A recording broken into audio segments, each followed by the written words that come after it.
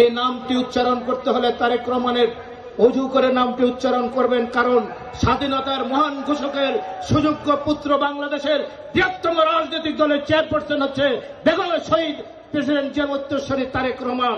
তার নামটি উচ্চারণ করতে হলে অজু করে করবেন। আপনাদের মতো নাবালক উপদেষ্টা নাবালক নেতারা এইভাবে কথাবার্তা বলবেন না, দেশকে বিভক্ত করবেন না। তারেক রহমান বাংলাদেশের অবিস্বাদিত নেতা, উনি বাংলাদেশে ফিরে আসবেন, বাংলাদেশের নির্বাচন হবে। উনি 31 দফা দিয়েছেন 2.5 বছর আগে। যদি কোনো সংস্কারের প্রয়োজন হয়, আপনাদের যদি কোনো উপদেশ থাকে, তাহলে আপনারা সংযোজন করতে পারেন, এটা উনি বলেছেন। উনি বলেছেন বিএনপি যদি 250 না 280 সিট পায়, বিএনপি এককভাবে সরকার গঠন করবে না।